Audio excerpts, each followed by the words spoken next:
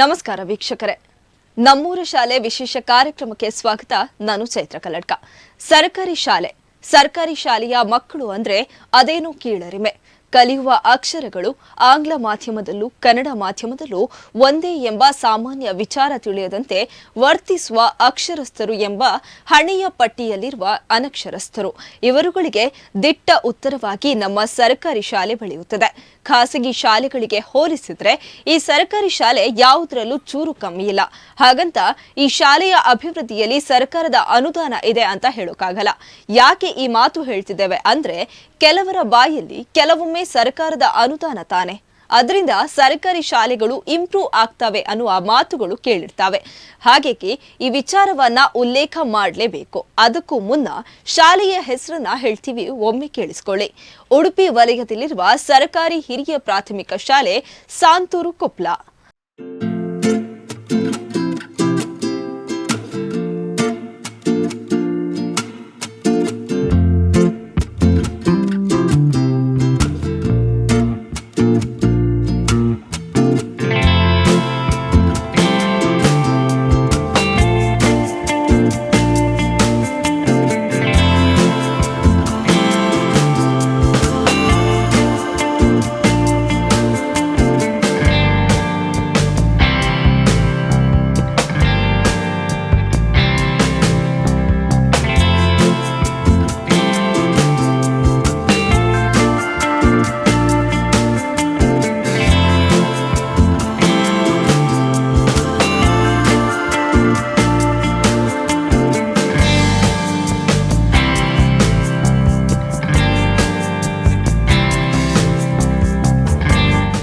ಈ ಶಾಲೆ 2022ನೇ ಇಸವಿಗಿಂತ ಮೊದಲು ಸಾಮಾನ್ಯ ಸರ್ಕಾರಿ ಶಾಲೆಯಂತೆ ಇತ್ತು. ಕೇವಲ 3 ಶಿಕ್ಷಕರು ಈ ಶಾಲೆಯಲ್ಲಿದ್ದು ವಿದ್ಯಾರ್ಥಿಗಳ ದಾಖಲಾತಿ ಸಂಖ್ಯೆ ಕೂಡ ಆವಾಗ ಕಡಿಮೆ ಇತ್ತು. ಹಾಗಾಗಿ ಈ ಶಾಲೆಯಲ್ಲಿ ಮುಖ್ಯ ಶಿಕ್ಷಕರ ಹುದ್ದೆಯ ಅವಶ್ಯಕತೆ ಇರಲಿಲ್ಲ. ಆದ್ರೆ 2016ರಲ್ಲಿ ಈ ಶಾಲೆಗೆ ಬಂದ ಚಂದ್ರಕಲಾ ಟೀಚರ್ ಪ್ರಭಾರ ಮುಖ್ಯ ಶಿಕ್ಷಕಿಯಾಗಿ ಕರ್ತವ್ಯ ನಿರ್ವಹಿಸಲು ಆರಂಭಿಸಿದ್ರು. ಸಾಂತೂರು ಭಾಗದಲ್ಲಿ ಜನರು ಹೆಚ್ಚಾಗಿ ಕೋರೆ ಕೆಲಸ ಮಾಡ್ತಾರೆ. ಹಾಗಾಗಿ ಬಾಗಲಕೋಟೆ ಸೇರಿದಂತೆ ಹಲವಾರು ದೂರದೂರಿನಿಂದ ಕುಟುಂಬ ಸಮೇತರಾಗಿ ಬರುವ ಮಕ್ಕಳು ಹೆಚ್ಚಾಗಿ ಈ ಸಾಂತೂರು ಶಾಲೆಯಲ್ಲಿ ವಿದ್ಯಾಭ್ಯಾಸ ಮಾಡ್ತಾರೆ. ಈ ಬಗ್ಗೆ ಚಂದ್ರಕಲಾ ಟೀಚರ್ ಏನ್ ಹೇಳಿದ್ದಾರೆ ಅನ್ನೋದನ್ನ ಒಮ್ಮೆ ಕೇಳಿ. ಕಂಚಿನಾಡ್ಕ ಶಾಲೆಯಿಂದ ನಾನು 2016ರಲ್ಲಿ ಮ್ಯೂಚುವಲ್ ಟ್ರಾನ್ಸ್ಫರ್ ಆಗಿ ಈ ಸಾಂತೂರು ಕೊಪ್ಲ ಶಾಲೆಗೆ ಬಂದೆ. ಈ ಶಾಲೆಗೆ ಬರಬೇಕಾದ್ರೆ ಇನ್ನೊಬ್ಬರು ರಿಟೈರ್ಡ್ ಆಗಲಿಕ್ಕೆ ತಯಾರಿದ್ದರು. ಅವರು ಮೇಯಲ್ಲಿ ರಿಟೈರ್ಡ್ ಆಗಿ ಹೋದರು. ನಂತರ ನೆಕ್ಸ್ಟ್ 2017-18ರಲ್ಲಿ ಚಾರ್ಜ್ ವಹಿಸಿಕೊಂಡು ನಾನು ಪ್ರಭಾರ ಮುಖ್ಯ ಶಿಕ್ಷಕಿಯಾಗಿ 5 ವರ್ಷಗಳ ಕಾಲ ಸೇವೆಯನ್ನು ಸಲ್ಲಿಸಿದೆ. ಇಲ್ಲಿಯ ವಾತಾವರಣದ ಮಕ್ಕಳು ಹೆಚ್ಚಾಗಿ ಈ ಕೋರೆ ಕೆಲಸ, ಪೇರೆಂಟ್ಸ್ ಕೋರೆ ಕೆಲಸ ಮಾಡಿರೋದರಿಂದ ದೂರದಿಂದ ಈ ಬಾಗಲಕೋಟೆ ಆ ಕಡೆಯಿಂದ ಬಂದಿರ್ತಾರೆ ಹೆಚ್ಚಿನ ಮಕ್ಕಳು. ತುಂಬ ಪುವರ್ ಫ್ಯಾಮಿಲಿ ಮಕ್ಕಳು, ಆದರೆ ಕಲಿಯೋದ್ರಲ್ಲಿ ಚೆನ್ನಾಗಿದ್ದರು. ನಾವು ಶಿಕ್ಷಕರು, ನಾನು ಬರುವಾಗ 4 ಜನ ಶಿಕ್ಷಕರು ಇದ್ವು. ಶಾಲೆಯ ವಾತಾವರಣ ಚೆನ್ನಾಗಿತ್ತು, ಮಕ್ಕಳು ಚೆನ್ನಾಗಿ ಕಲಿತಾ ಇದ್ದರು. ಹಾಗೆ ಶಿಕ್ಷಕರು ಕೂಡ ಚಟುವಟಿಕೆ ಮೂಲಕ ಕಲಿಸೋದು, ಸಹಪಠ್ಯ ಚಟುವಟಿಕೆಗಳನ್ನೆಲ್ಲ ಇದು ಮಾಡ್ತಾಯಿದ್ರು. ನೆಕ್ಸ್ಟ್ ನಮ್ಮ 5 ವರ್ಷಗಳಲ್ಲಿ ಮುಖ್ಯ ಶಿಕ್ಷಕರು ಇರಲಿಲ್ಲ, ಅಂದರೆ ಮಕ್ಕಳ ಸಂಖ್ಯೆ ಕಮ್ಮಿ ಇತ್ತು. ಅದಕ್ಕಾಗಿ ಮುಖ್ಯ ಶಿಕ್ಷಕರ ಹುದ್ದೆ ಇರಲಿಲ್ಲ. ಅದಕ್ಕಾಗಿ ನನಗೆ 5 ವರ್ಷಗಳ ಕಾಲ ಮುಖ್ಯ ಶಿಕ್ಷಕಿಯಾಗಿ ಪ್ರಭಾರ ಕರ್ತವ್ಯ ನಿರ್ವಹಿಸುವಂತಹ ಒಂದು ಸೌಭಾಗ್ಯ ಒದಗಿ ಬಂತು. ನಾನು ಆದಷ್ಟು ಅನುಭವವನ್ನು ಕೂಡ ಪಡ್ಕೊಂಡೆ. 2022ರಲ್ಲಿ ನಮ್ಮ ಮುಖ್ಯ ಶಿಕ್ಷಕರಾಗಿ ಶ್ರೀಯುತ ರಾಮಕೃಷ್ಣ ಭಟ್ ಇವರು ಆಗಮನ ಆಯಿತು. ಅವರದ್ದು ಭರ್ತಿ ಹೊಂದಿ ಅವರು ಬಂದರು. ನಮಗೆ ಎಲ್ಲರಿಗೂ ತುಂಬ ಖುಷಿಯಾಯಿತು. ಒಬ್ಬರು ಜೆಂಟ್ಸ್ ಟೀಚರ್ ಇಲ್ಲಿ ಬೇಕಿತ್ತು ಅನ್ನೋದು. ಅವರು ಬಂದ ನಂತರ ನಮ್ಮ ಶಾಲೆಯ ಒಂದು ಸಂಪೂರ್ಣ ಏನು ಭೌತಿಕವಾಗಿರ್ಬೋದು, ಶೈಕ್ಷಣಿಕವಾಗಿರ್ಬೋದು ತುಂಬ ಬದಲಾವಣೆ ಆಯಿತು. ಕೆಲವೊಂದು ಸವಲತ್ತುಗಳನ್ನು ಅವರ ಪರಿಚಯದವರ ಮೂಲಕ, ದಾನಿಗಳಿಂದ ಅವರು ಮಾತಾಡಿ, ಓಲ್ಡು ಸ್ಟೂಡೆಂಟ್ ಅವರಿಂದ ಹೀಗೆ ಅವರ ಹತ್ರ ಎಲ್ಲ ಮಾತಾಡಿ ನಮ್ಮ ಶಾಲೆಗೆ ಏನು ಸವಲತ್ತುಗಳು ಬೇಕಾದಂತಹ ಎಲ್ಲ ವಸ್ತುಗಳನ್ನಿರ್ಬೋದು, ನೆಲಕ್ಕೆ ಟೈಲ್ಸ್ ಇರ್ಬೋದು, ಆನಂತರ ಪ್ರೊಜೆಕ್ಟರ್, ಕಂಪ್ಯೂಟರ್ಸ್, ಆಮೇಲೆ ಶುದ್ಧ ಕುಡಿಯುವ ನೀರಿನ ವ್ಯವಸ್ಥೆ, ಆಮೇಲೆ ಕಂಪ್ಯೂಟರ್ಸ್, ಆನಂತರ ಏನು ಪ್ರಿಂಟರ್, ಯಾವ ಸವಲತ್ತುಗಳು ಇಲ್ಲಿ ಬೇಕಾಗಿದೆ ಅನ್ನೋದನ್ನು ಅರ್ಥ ಮಾಡಿಕೊಂಡು ನಮ್ಮ ಶಾಲೆಗೆ ಅದನ್ನೆಲ್ಲ ಭರಿಸಿದ್ದಾರೆ. ಈಗ ಒಂದು ಸುವ್ಯವಸ್ಥಿತವಾದ ಶಾಲೆ ಅಂತ ಹೇಳಲಿಕ್ಕೆ ನನಗೆ ಇಷ್ಟಪಡ್ತೇನೆ. ನನಗೂ ಇನ್ನೊಂದು 2-3 ವರ್ಷ ಇರೋದು, ಅಷ್ಟರಲ್ಲಿ ನಾನು ನಿವೃತ್ತಿ ಹೊಂದಲಿಕ್ಕಿದ್ದೇನೆ. ಈ ಶಾಲೆ ನಾನು ಬಂದಂದಿನಿಂದ ಮತ್ತು ಈಗಿನವರೆಗೆ ತುಂಬ ಬದಲಾವಣೆಯನ್ನು ಕಂಡೆ. ಇಂತಹ ಒಂದು ಶಿಕ್ಷಕರು ನಮ್ಮ ಶಾಲೆಗೆ ಬಂದಿರುವುದು ಇಲ್ಲಿಯ ಒಂದು ಸಮಾಜಕ್ಕೆ ಒಂದು ಆಸ್ತಿ ಅಂತ ಹೇಳಲಿಕ್ಕೆ ನಾನು ಇಷ್ಟಪಡ್ತೇನೆ ಮತ್ತು ನಾನು ಅವರನ್ನು ತುಂಬ ಗೌರವಿಸ್ತೇನೆ. ಇಂತಹ ಒಂದು ಒಳ್ಳೆಯ ಗುಣ ಅವರು ಖಾಲಿ ಒದಗಿಸುವಂಥದ್ದು ಮಾತ್ರ ಅಲ್ಲ, ಶೈಕ್ಷಣಿಕವಾಗಿ ಕೂಡ ಏನು ಅವರಿಗೆ ಎಲ್ಲದರ ಬಗ್ಗೆ ಒಂದು ಜ್ಞಾನ ಇದೆ, ಅವರ ಹತ್ರ ಕೂಡ ನಾವು ಬೇಕಾದಷ್ಟು ಕಲಿಯುವಂಥದ್ದಿದೆ. ನಮ್ಮ ಮುಖ್ಯ ಶಿಕ್ಷಕರು ಈ ಶಾಲೆಗೆ ಬಂದು ಭೌತಿಕವಾಗಿ ಇರ್ಬೋದು, ಶೈಕ್ಷಣಿಕವಾಗಿ ಇರ್ಬೋದು, ಮತ್ತು ಅವರು BRP CRP ಅವರಾಗಿ ಕೂಡ ಕೆಲಸ ನಿರ್ವಹಿಸಿದ್ದರಿಂದ ಈ ಒಂದು ಶಾಲೆಯ ಒಂದು ಸಂಪೂರ್ಣ ಒಂದು ಜವಾಬ್ದಾರಿಯನ್ನು ಹೊತ್ತುಕೊಳ್ಳುವಂತಹ ಒಂದು ಸಾಮರ್ಥ್ಯ ಅವರಲ್ಲಿ ಇತ್ತು. ಅದನ್ನು ಖಂಡಿತವಾಗಿ ಮಾಡ್ತಾ ಇದ್ದಾರೆ. ಅವರು ಇನ್ನೂ 1-2 ವರ್ಷಗಳ ಕಾಲ ಇದ್ದಾರೆ. ಅಷ್ಟೇ ಅಲ್ಲ ಅಂತೇಳಿ 2 ವರ್ಷ ಇರುವುದಲ್ಲ, ನಮ್ಮ ಮಕ್ಕಳಿಗೆ ಇನ್ನೂ ಅವರ ಅವಶ್ಯಕತೆ ಇದೆ ಅಂತೇಳಿ ನನಗೆ ಅನಿಸ್ತದೆ. ಬೇಜಾರಾಗ್ತಾ ಇದೆ. ಅವರು ಇನ್ನೊಂದು 10 ವರ್ಷಗಳ ಕಾಲ ಸೇವೆ ಮಾಡ್ತಾ ಇದ್ದರೆ ತುಂಬ ಈ ಒಂದು ಇಲ್ಲಿಯೇ ಮಾಡಬೇಕಂತೇಳಿಲ್ಲ, ಅವರು ನೆಕ್ಸ್ಟ್ ದೂರದಿಂದ ಬರ್ತಾ ಇದ್ದಾರೆ. ಅದು ಕೂಡ ಒಟ್ಟಿನಲ್ಲಿ ನಮ್ಮ ಶಾಲೆ ಸಂಪೂರ್ಣ ಅಭಿವೃದ್ಧಿಯನ್ನು ಹೊಂದಿದೆ ಅಂತ ಹೇಳಲಿಕ್ಕೆ ಇಷ್ಟಪಡ್ತೇನೆ. Thank you. ನಾನು ಫಸ್ಟ್ ಅಪಾಯಿಂಟ್ ಆದದ್ದು ಕಾರ್ಕಳ ತಾಲೂಕಲ್ಲಿ. ಅಲ್ಲೊಂದು 10 ವರ್ಷ ಸರ್ವಿಸ್ ಮಾಡಿ ನಂತರ ಮ್ಯೂಚುವಲ್ ಟ್ರಾನ್ಸ್ಫರ್ ಆಗಿ ಇಲ್ಲಿಗೆ ಉಡುಪಿ ತಾಲೂಕಿನ ಈ ಶಾಲೆಗೆ ಬಂದೆ. ಫಸ್ಟಿಗೆ ಬರುವಾಗ ಶಾಲೆ ಕಟ್ಟಡ ಇದೇ ಇತ್ತು, ಆದರೆ ಇಷ್ಟೊಂದು ಫೆಸಿಲಿಟಿ ಎಲ್ಲ ಇರಲಿಲ್ಲ. ನಾನಿಲ್ಲಿ ಬಂದ ಸುಮಾರು 1 ವರ್ಷ ಕೆಲಸ ಮಾಡಿ ಮತ್ತೆ ನಮಗೊಂದು ಹೈಯರ್ ಸ್ಟಡೀಸಿಗೆ BScಗೆ ಒಂದು ಇದಿತ್ತು. ಹಾಗೆ 3 ವರ್ಷ BSc ಮಾಡಲಿಕ್ಕೆ ಅಂತ ಹೇಳಿ PPCಗೆ ಹೋದೆ. ಮತ್ತು ನೆಕ್ಸ್ಟ್ ಇಲ್ಲಿಗೆ ಬಂದೆ. ಆಮೇಲೆ ಇಲ್ಲಿ ನಾನು ಹೆಚ್ಚಾಗಿ ಸೈನ್ಸ್ ಮತ್ತು ಮ್ಯಾಥ್ಸ್ ಇದು ಟೀಚಿಂಗ್ ಮಾಡ್ತಿದ್ದೇನೆ. ಮೊದಲು ಸೈನ್ಸಿಗೆ ಪ್ರಯೋಗ ಎಲ್ಲ ಮಾಡಲಿಕ್ಕೆ ಅಷ್ಟೊಂದು ಫೆಸಿಲಿಟಿ ಇರಲಿಲ್ಲ. ಆದರೆ ನಮ್ಮ ಸರ್ ಬಂದ ಮೇಲೆ ಅವರು ಯಾವುದೋ ಶಾಲೆಯಿಂದ ಸುಮಾರು ಪ್ರಯೋಗಕ್ಕೆ ಬೇಕಾದಂಥ ಉಪಕರಣಗಳು, ಪರಿಕರಗಳನ್ನೆಲ್ಲ ತಂದು ಒದಗಿಸಿದ್ದಾರೆ. ಮತ್ತು ನಮಗೆ ಬೇಕಾದ ಟೀಚಿಂಗ್ ಏಡ್ ಚಾರ್ಟ್ಸ್ ಇರ್ಬೋದು, ಇದೆಲ್ಲವನ್ನು ನಮಗೆ ಅಂದರೆ ಕ್ಲಾಸಿಗೆ ಹೋಗುವಾಗ ನಮಗೆ ಈಗ ಪಾಠ ಪುಸ್ತಕ ಕೂಡ ಬೇಡ ಮತ್ತು ಯಾವ ಟೀಚಿಂಗ್ ಏಡ್ ಕೂಡ ಬೇಡ. ಹಾಗೆ ಹೋಗಿಕೊಂಡು ನಮಗೆ ಮಕ್ಕಳಿಗೆ ಏನು ಬೇಕೋ ಅದನ್ನು ಅಲ್ಲಲ್ಲೇ ಇರ್ತದೆ, ಅದನ್ನೆಲ್ಲ ನಮಗೆ ಕಲಿಸಲಿಕ್ಕೆ ನಮಗೆ ತುಂಬ ಸುಲಭ ಆಗ್ತದೆ. ಅದರಿಂದ ಈಗ ಶಾಲೆ ತುಂಬ ಅಭಿವೃದ್ಧಿಯಾಗಿದೆ. ನಮಗೆ ತುಂಬ ಖುಷಿಯಾಗ್ತದೆ ಪಾಠ ಮಾಡಲಿಕ್ಕೆ ಮತ್ತು ಶಾಲೆಯಲ್ಲಿ ಒಂದು ಕೆಲಸ ಮಾಡಲಿಕ್ಕೆ. ಇಲ್ಲಿನ ಪರಿಸರ ತುಂಬ ಉತ್ತಮವಾಗಿದೆ ಅಂತ ಹೇಳಲಿಕ್ಕೆ ಇಷ್ಟಪಡ್ತೀನಿ.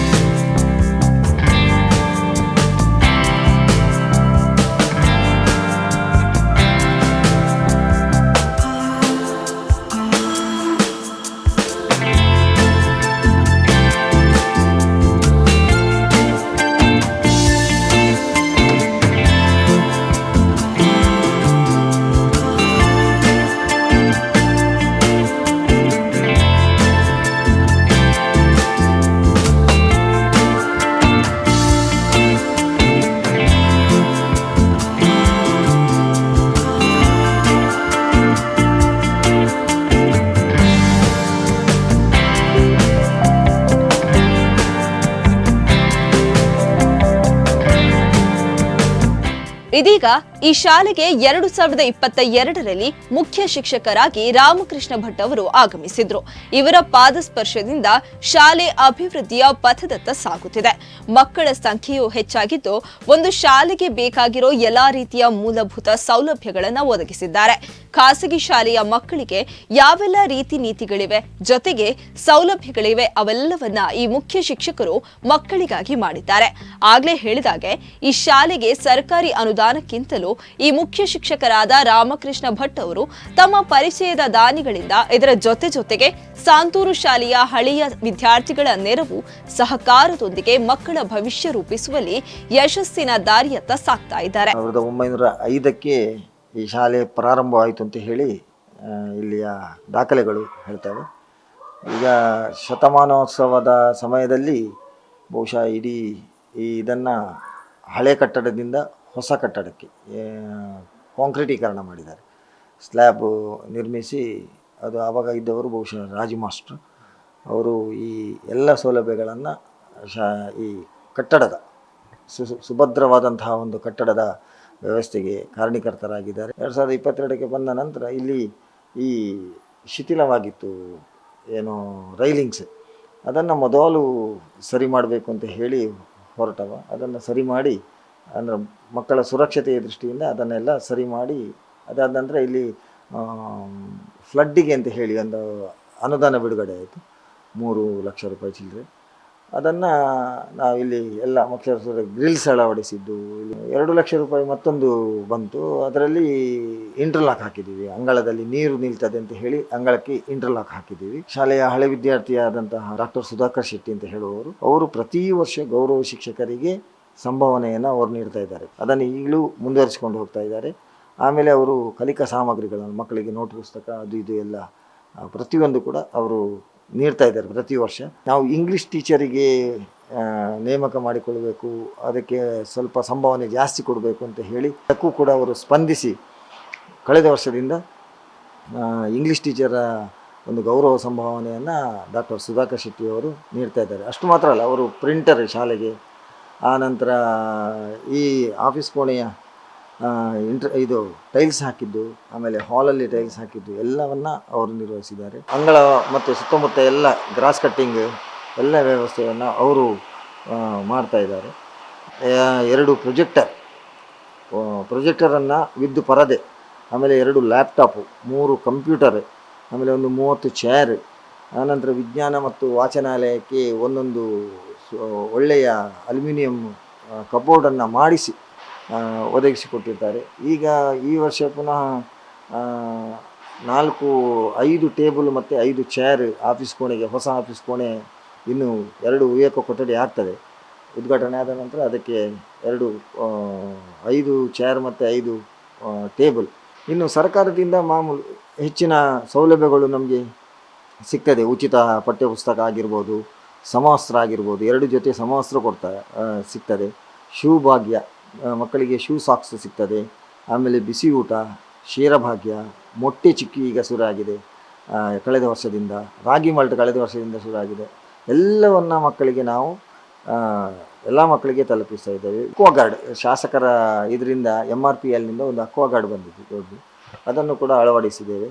ಅದಾದ ನಂತರ ನಮ್ಮ ಇವರು ರತ್ನಾಕರ್ ಕಾಮತ್ ಅಂತ ಓಲ್ಡ್ ಸ್ಟೂಡೆಂಟ್, ರತ್ನಾಕರ ಕಾಮತ್ ಅವರು ಸಾಧಾರಣ ಒಂದು 1 ಲಕ್ಷ ರೂಪಾಯಿ ವೆಚ್ಚದಲ್ಲಿ ನಮಗೆ ಕುಡಿಯುವ ನೀರಿನ ಬಾವಿಯಿಂದ ಪಂಪ್ ಅಳವಡಿಸಿ ನಾವು ಓವರ್ ಹೆಡ್ ಟ್ಯಾಂಕ್ ಹಾಕಿಸಿ ಎಲ್ಲ ಕಡೆ ನೀರು ಬರೋ ಹಾಗೆ, ಆಮೇಲೆ 4 ಸ್ಟೀಲ್ ಬೇಸಿನನ್ನೆಲ್ಲ ಹಾಕಿಕೊಟ್ಟು ಸುಮಾರು 1 ಲಕ್ಷ ರೂಪಾಯಿ ಖರ್ಚು ಮಾಡಿ ಮಕ್ಕಳಿಗೆ ಸಾರಿಗೆ ಭತ್ಯೆ ಅಂತ ಬರುತ್ತೆ ಕೆಲವು ಮಕ್ಕಳಿಗೆ, ಆದ ಮಕ್ಕಳಿಗೆ. ಆದರೆ ಅದನ್ನು ನಾವು ಇದು ಮಾಡಿಕೊಂಡು ಎಲ್ಲ ಮಕ್ಕಳಿಗೂ ಫ್ರೀ ಆಟೋ. ಇನ್ನು ಅದಾನಿ ಗ್ರೂಪ್ ಅವರಿಂದ ನಮಗೆ ಪ್ರತಿ ವರ್ಷ ಛತ್ರಿ, ಕೊಡೆ, ಆಮೇಲೆ ನೋಟು ಪುಸ್ತಕಗಳು, ಆಮೇಲೆ ಕಲಿಕಾ ಸಾಮಗ್ರಿಗಳು, ಆಮೇಲೆ ಬ್ಯಾಗ್, ಇದೆಲ್ಲ ಪ್ರತಿ ವರ್ಷವೂ ಅದಾನಿಯ ಗ್ರೂಪ್ನಿಂದ ನಮಗೆ ಬರುತ್ತೆ. ನಾನು ದಕ್ಷಿಣ ಕನ್ನಡ ಜಿಲ್ಲೆಯಿಂದ ಈ ಶಾಲೆಗೆ ವರ್ಗಾವಣೆಯಾಗಿ ಬಂದಿರ್ತೇನೆ.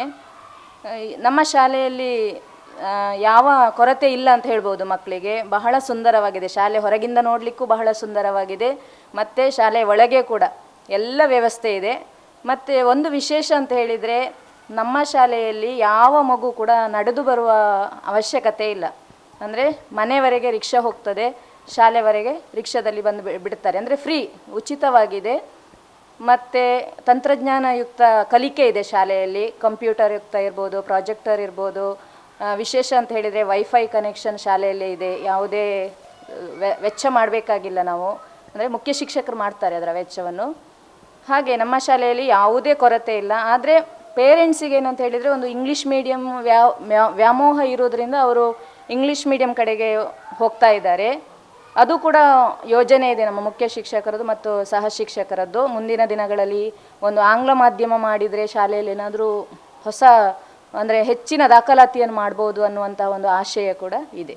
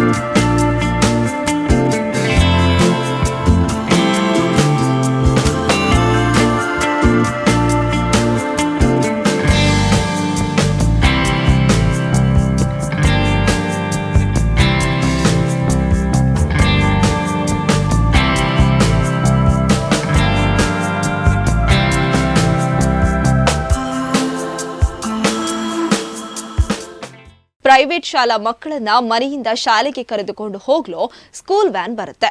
ಇದನ್ನ ಕಂಡಿರುವ ಸರ್ಕಾರಿ ಶಾಲಾ ಮಕ್ಕಳಿಗೆ ಸ್ವಲ್ಪ ಮಟ್ಟಿಗೆ ಬೇಸರವೆನಿಸಬಹುದು, ಏಕೆಂದ್ರೆ ತಾವು ನಡೆದುಕೊಂಡು ಶಾಲೆಗೆ ಹೋಗಬೇಕು ಅಂತ.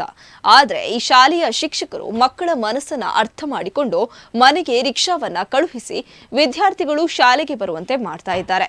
ಇದರಿಂದ ಮಕ್ಕಳ ಮನಸ್ಸಲ್ಲೂ ತಾರತಮ್ಯ ಉಳಿಯಲ್ಲ ಅನ್ನೋದು ಶಿಕ್ಷಕರ ಉದ್ದೇಶ.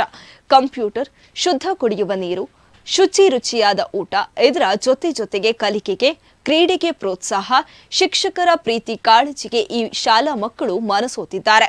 ವಿದ್ಯಾರ್ಥಿಗಳಿಗೆ ಶಾಲೆಯ ಬಗ್ಗೆ, ಶಿಕ್ಷಕರ ಬಗ್ಗೆ ಏನ್ ಅಭಿಪ್ರಾಯ ಇದೆ ಇದನ್ನ ಪುಟಾಣಿಯ ಮಾತುಗಳಲ್ಲಿ ಕೇಳಿ. ನನ್ನ ಹೆಸರು ಅನು. ನಾನು 7ನೇ ತರಗತಿಯಲ್ಲಿ ಓದುತ್ತಿದ್ದೇನೆ. ನಾನು 1ನೇ ತರಗತಿಯಲ್ಲಿಂದ ಓದುತ್ತಿದ್ದೇನೆ. 7ನೇ ತರಗತಿಯಾಗಿದ್ದೇನೆ. ನಮ್ಮ ಶಾಲೆಯಲ್ಲಿ ತುಂಬ ಸೌಲಭ್ಯಗಳು ಇವೆ. ನಮ್ಮ ಶಾಲೆಯಲ್ಲಿ ಸರ್ ಬಂದ ತಕ್ಷಣ ಸ್ಕೂಲಲ್ಲಿ ತುಂಬ ಬಹುಮಾನಗಳನ್ನೆಲ್ಲ ಕೊಟ್ಟಿದ್ದಾರೆ. ಮತ್ತು ಶಾಲೆ ಈಗೆಲ್ಲ ತುಂಬ ಚೆನ್ನಾಗಾಗಿದೆ. ಮತ್ತು ರಿಕ್ಷಾದ್ದು ಫ್ರೀ, ಮತ್ತು ಬುಕ್ಸ್ಗೆಲ್ಲ ಕೊಡ್ತಾರೆ. ಮತ್ತು ಯೂನಿಫಾರ್ಮ್, ಇದು ಸರ್ಕಾರದಿಂದ ಯೂನಿಫಾರ್ಮ್ ಬರ್ತದೆ, ಶೂ ಸಾಕ್ಸ್ ಬರ್ತದೆ, ಮತ್ತು ಟೆಕ್ಸ್ಟ್ ಬುಕ್ ಬರ್ತದೆ. ಅದರಿಂದ ನೋಟ್ಸ್ ಬರ್ತದೆ. ಮತ್ತು ID card, teachers ID card ಮತ್ತು ಬೆಲ್ಟ್ ಕೊಟ್ಟಿದ್ದಾರೆ. ಒಳ್ಳೆಯ ಶಿಕ್ಷಕರಿದ್ದಾರೆ. ನಮಗೆ ಇಂಗ್ಲೀಷ್ ಟೀಚರ್ ಬಂದಿದ್ದಾರೆ. ಪ್ರಾಜೆಕ್ಟನ್ನು ಕಲಿಸಿಕೊಡ್ತಾರೆ.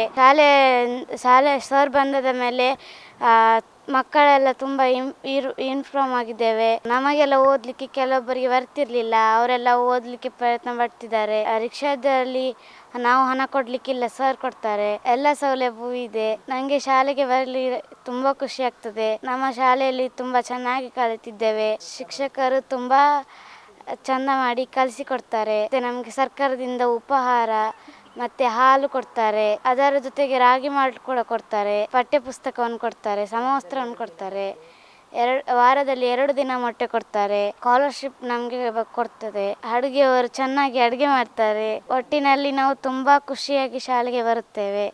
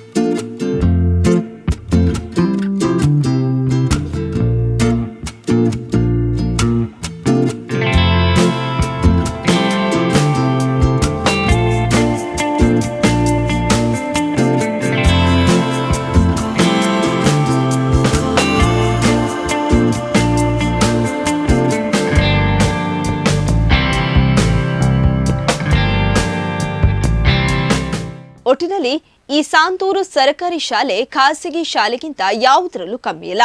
ಲಾಸ್ಟ್ ಎಪಿಸೋಡ್ ಅಲ್ಲಿ ಅಧಿಕಾರಿಗಳ ಬೇಜವಾಬ್ದಾರಿಯಿಂದ ಸರ್ಕಾರಿ ಶಾಲೆಯೊಂದು ಅಳಿವಿನ ಅಂಚಿಗೆ ಬಂದು ನಿಂತಿರೋದನ್ನ ನೋಡಿದ್ವಿ. ಆದ್ರೆ ಈ ಶಾಲೆ ಅದಕ್ಕೆ ತದ್ವಿರುದ್ಧವಿದೆ. ಅದಕ್ಕೆ ಹೇಳೋದು, ಸರ್ಕಾರಿ ಶಾಲೆಗಳನ್ನ ಉಳಿಸುವ ಆಸೆ ಪ್ರಯತ್ನವಿದ್ದರೆ ಖಂಡಿತ ಫಲ ಸಿಕ್ಕೇ ಸಿಗುತ್ತೆ ಅನ್ನೋದಕ್ಕೆ ಸರ್ಕಾರಿ ಹಿರಿಯ ಪ್ರಾಥಮಿಕ ಶಾಲೆ ಸಾಂತೂರು ಕೊಪ್ಲ ಉದಾಹರಣೆಯ ಜೊತೆಗೆ ಮಾದರಿಯಾಗಿ ನಿಲ್ಲುತ್ತೆ. ಒಟ್ಟಿನಲ್ಲಿ ನಮ್ಮೂರ ಶಾಲೆಯನ್ನ ಬೆಳೆಸೋಣ ಅಂತ ಹೇಳ್ತಾ ಇವತ್ತಿನ ಕಾರ್ಯಕ್ರಮ ಮುಗಿಸ್ತಾ ಇದ್ದೇವೆ. ನಮಸ್ಕಾರ.